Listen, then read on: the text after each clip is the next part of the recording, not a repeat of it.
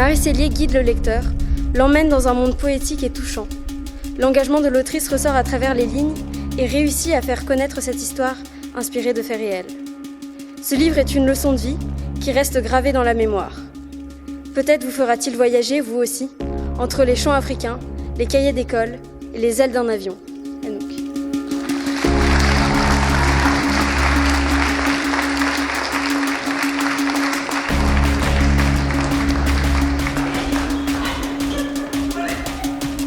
On a créé le prix Summer il y a 5 ans maintenant, le prix Summer qu'on aime appeler le prix Summer des grands. Et l'envie, c'était d'imaginer un projet d'une ampleur équivalente avec beaucoup de participants, mais cette fois-ci de se tourner vers un public jeune et un public des collèges, qu'ils puissent avoir une approche assez vivante de la littérature, qu'ils puissent rentrer dans les textes autrement qu'une lecture solitaire qu'ils ont l'habitude de pratiquer. C'est un projet en 2 temps. Un premier temps, c'est la lecture par les élèves des 3 romans sélectionnés, Alecto, Willy et Amour Chrome. Ces lectures à la maison et en classe a donné lieu à un vote. Chaque élève a pu dire quel est son roman préféré. Et deuxième temps, 3 parcours littéraires en classe avec 2 journalistes, un comédien qui leur ont permis de travailler la critique littéraire, la modération d'une rencontre et la mise en voix d'un extrait de roman.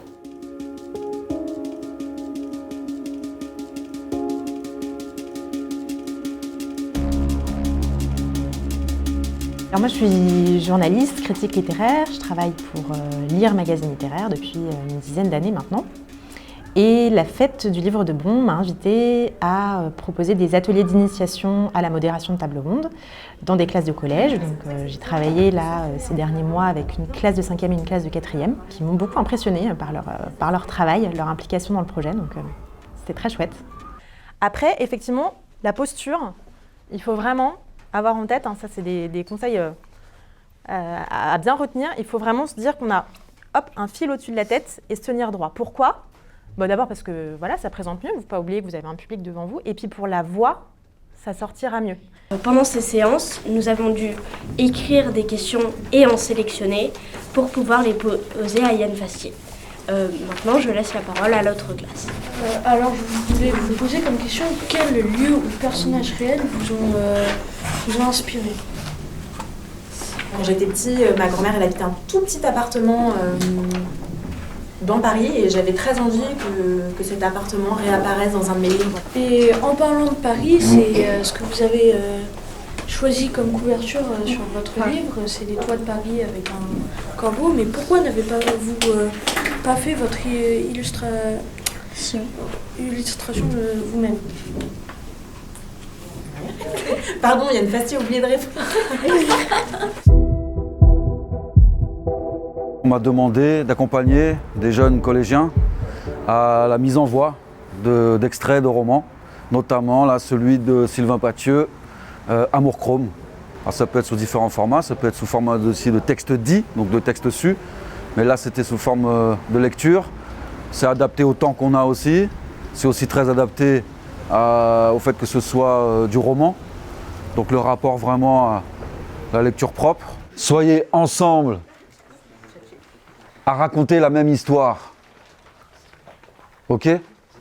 Il s'agit d'amener les élèves à rencontrer une langue, rencontrer la langue d'un auteur, en plus un auteur vivant, qu'ils vont aussi avoir la chance de rencontrer, et puis de se rencontrer eux-mêmes aussi, dans leur voix, leur placement, leur expression, leur présence sur une scène, le bénéfice que ça peut leur apporter, quel qu'il soit, même si c'est tout petit, l'aventure en tout cas.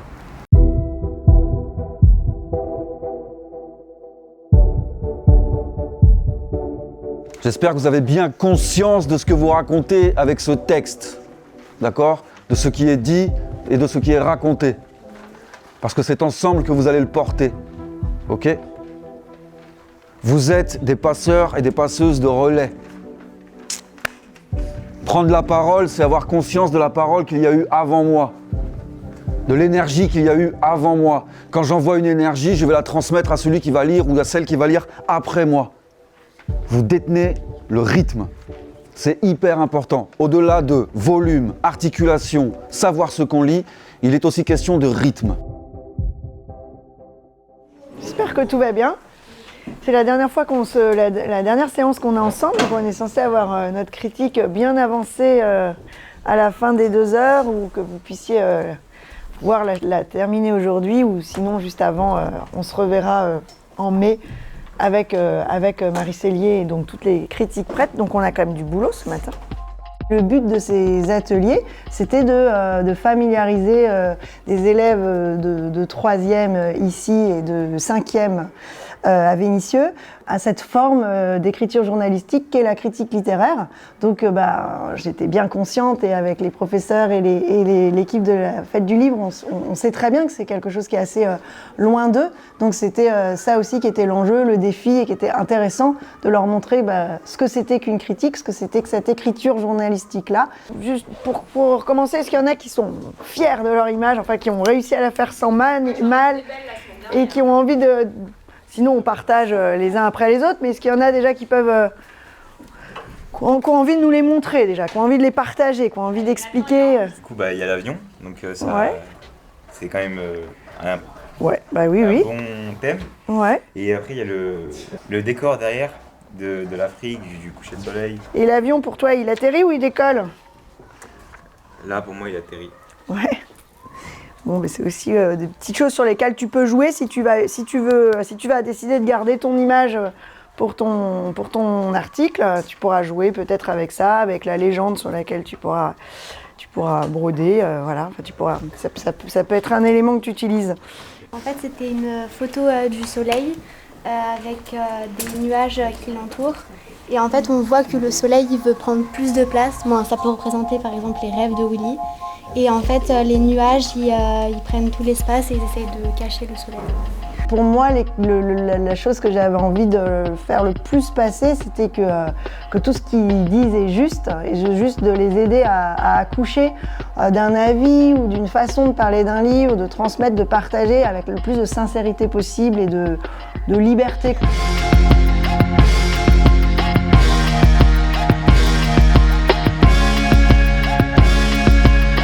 Il y avait Ramzi. Oh. C'est ça qu'il faut faire. Ce qui peut motiver une lecture selon vous, ou qui ne peut pas la motiver si vous avez envie de faire une critique négative, si vous avez moins aimé le livre. On était à la Fête du Livre, donc on avait une grande salle et on a déjà vu un interview des 3 auteurs en même temps.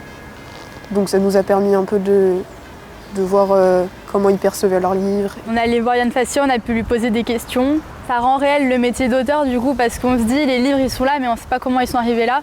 Et finalement on voit les gens qui les ont faits du coup.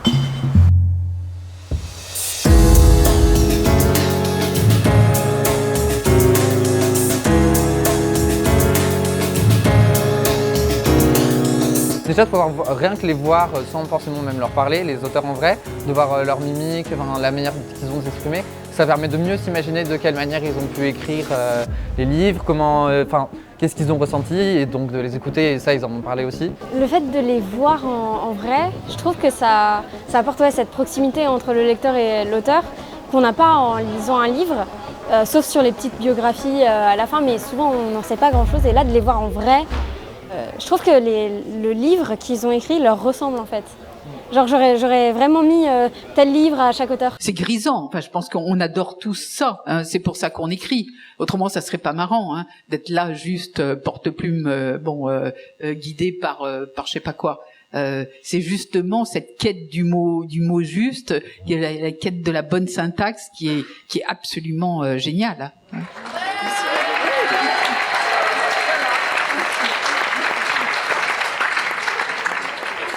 Merci beaucoup. Déjà à vous qui avez lu les livres et qui avez voté, donc ça fait vraiment, ça me fait très plaisir. Et c'est vrai que c'est toujours un peu dur les prix parce que, je pense que juger des livres c'est difficile et les 3 livres sont vraiment bien et il y a un côté un peu subjectif et tout, donc voilà, je suis très heureux et un peu désolé aussi à la fois, mais vraiment merci, ça fait très plaisir aussi d'avoir un prix qui est un prix de lecteur et de lectrice, parce que ça veut dire que vous avez apprécié mon livre et j'en suis très touché.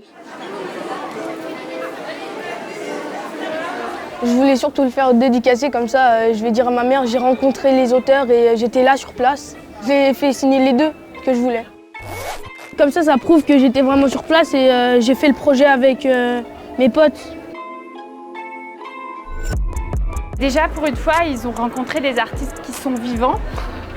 Alors, dans mon cas particulier, c'est encore plus vrai parce que je suis prof de latin. Et donc, inévitablement, tous les auteurs que je leur fais lire sont morts. Sylvain Bathieu l'a bien dit, hein, qu'on soit un bon ou un mauvais élève, on a le droit de lire, on a le droit d'écrire. Et je pense qu'entendre ce propos en direct avait plus de valeur que ce qu'on peut leur dire nous. Nous, on n'a jamais eu de prix, alors on peut leur dire toutes ces choses-là, mais en réalité, ça n'aura jamais cette force-là. Et je crois qu'en fait, à un moment, ils se rendent compte aussi qu'on n'argumente pas que pour le sujet de réflexion du brevet, que l'argumentation, c'est un vrai outil dont ils sont amenés à se servir. Et en même temps, c'était hyper important pour eux de voir arriver une journaliste depuis Paris qui vient chez eux, dans leur collège, dans leur classe, et qui en fait vit et évolue dans le même monde qu'eux et leur parle de choses qui les touchent. Je pense que ça rend aussi ces univers perméables et c'était important de souligner ça. Au plus vous lirez, au plus vous ouvrirez des mondes, au plus vous ouvrirez des univers, et peut-être aussi qu'il y en a parmi vous qui écrivent, peut-être qu'il y en a parmi vous à qui ça donne envie d'écrire, donc n'hésitez pas à écrire, sentez-vous légitime pour écrire avec vos histoires, avec vos mots, avec votre langue, si vous le voulez. Inventez une autre langue si vous avez envie si vous n'avez pas envie d'écrire avec les mots de votre quotidien, et inventez des mondes imaginaires si vous voulez pas raconter vos mondes. Mais n'hésitez pas à le faire, et que vous soyez bon en classe ou pas bon en classe, vous avez le droit de lire et vous avez le droit d'écrire. Et voilà, je vous encourage à le faire et je vous dis merci.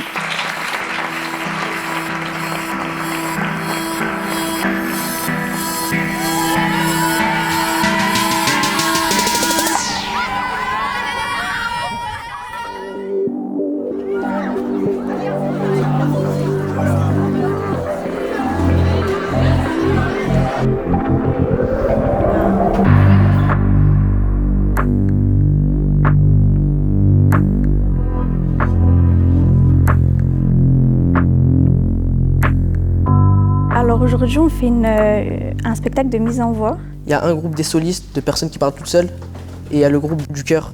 On est tous ensemble et on lit le texte.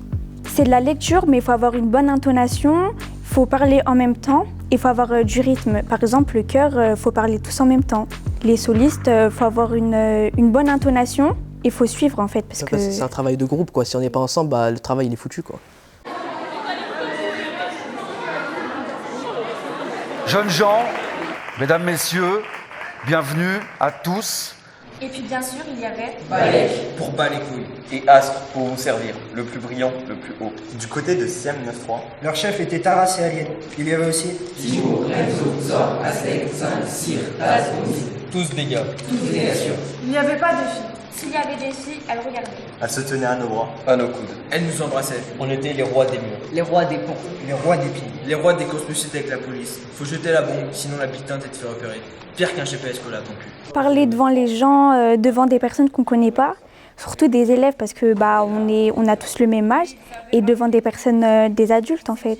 Il y a des caméras, il y a des. C'est stressant, mais à la fin, on se sent bien parce qu'on a réussi en fait.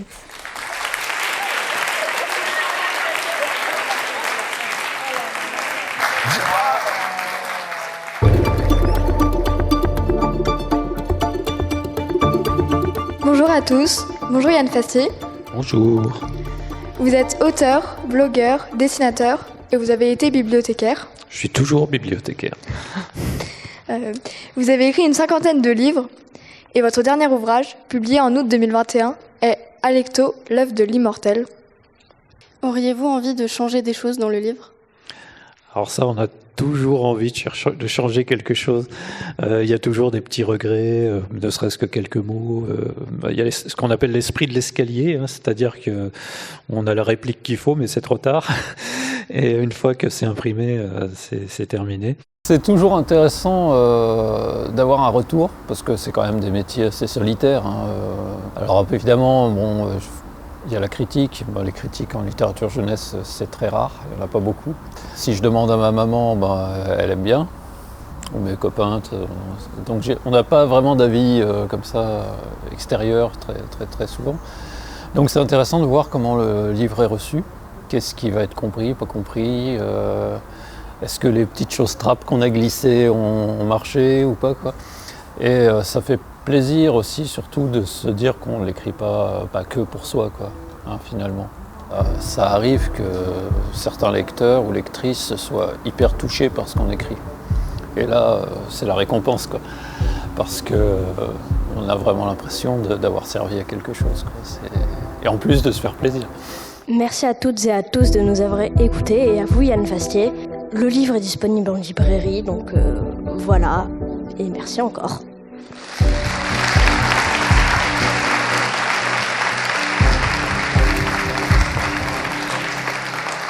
Il y a certains élèves de notre classe qui sont passés devant plein de gens pour parler.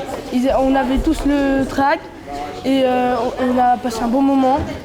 Willy est l'histoire d'un garçon au rêve envolé. Ce livre est très court mais marquant. On accroche rapidement au texte qui est assez facile à lire. Au cours de l'histoire, un lien se crée avec ce garçon. Au-delà de la dépêche AFP, restreinte et brute, ce livre crée une histoire à ce jeune et permet de s'en rapprocher.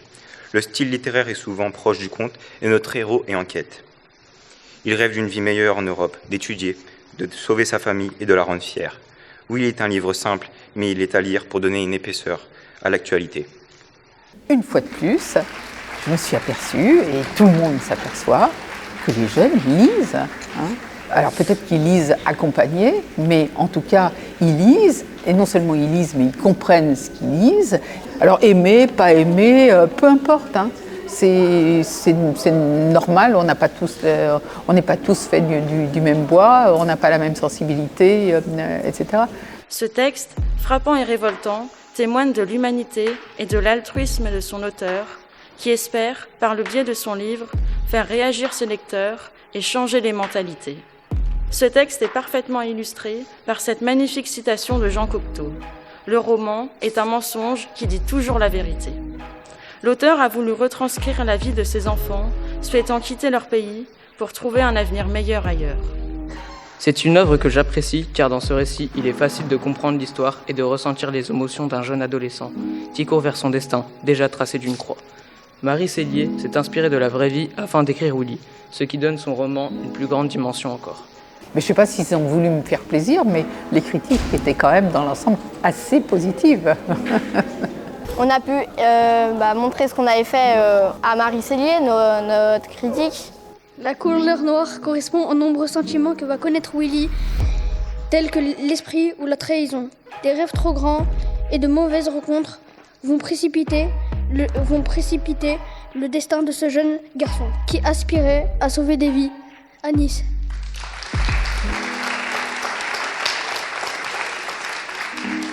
Un livre, c'est pas juste quelque chose qu'on peut trouver au CDI, mais qu'il y a il y a des concours, il y a des gens qui les lisent, des gens qui font des articles pour essayer d'amener les lecteurs vers des livres qu'ils n'iraient pas lire ordinairement. C'est quelque chose qui leur montre différents métiers autour du livre aussi qu'ils ne connaissaient pas.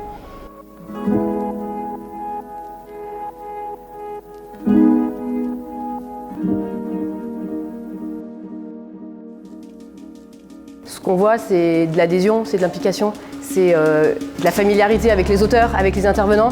Et on sent que voilà, il s'est produit quelque chose parce que c'était un projet dans le temps et que voilà, c'est leur projet. Moi, je dirais que la mission première quand même, c'est que chacun d'entre eux se sente concerné par l'aventure. C'est le moindre élève ou le moindre jeune qui aurait le plus de mal, au final, va aussi participer, aura trouvé sa place dans le groupe, réaliser qu'on peut faire des choses ensemble en fait. L'avantage des jeunes aussi, c'est qu'ils sont cash, quoi. Ce matin, ils disaient des trucs cash, quoi. Ce qui leur avait plu, ce qui leur avait pas plu. Ils ne prennent pas de gants comme peuvent prendre peut-être des lecteurs plus âgés. Donc ça aussi, c'est bien d'avoir cette fraîcheur et cette énergie. Ils ont bien montré qu'ils ont une lecture très, très fine et qu'ils sont capables d'avoir des trouvailles littéraires aussi, hein, dans les métaphores, dans la caractérisation de passages. On sent leur sensibilité. Et ça, c'est chouette. C'est vraiment bien. Non, moi, je trouve ça enthousiasmant. Hein. Il faudrait que ça se fasse partout, des trucs comme ça. Merci. Merci pour eux. La fierté de l'enseignante, c'est un peu la fierté de la mère. On n'y est pas pour grand-chose et en même temps, quand on les voit réagir, interagir, on est hyper fiers que ce soit les nôtres et on se tient hyper droit et on les échangerait pas contre d'autres. Donc je vais les garder pour le temps encore qui m'est imparti, quelques mois, quoi. J'espère qu'avec ce projet, ils vont prendre conscience que le rapport à la littérature, c'est pas juste une lecture solitaire qu'on peut faire dans son coin, mais qu'il y a aussi des tas de développements à aller chercher en rencontrant les auteurs, en imaginant les questions qu'on pourrait leur poser, en discutant aussi ensemble. Voilà, j'espère que certains peut-être même auront envie de se mettre à la critique littéraire, pourquoi pas, ou de se mettre à la modération de table ronde, ce serait chouette.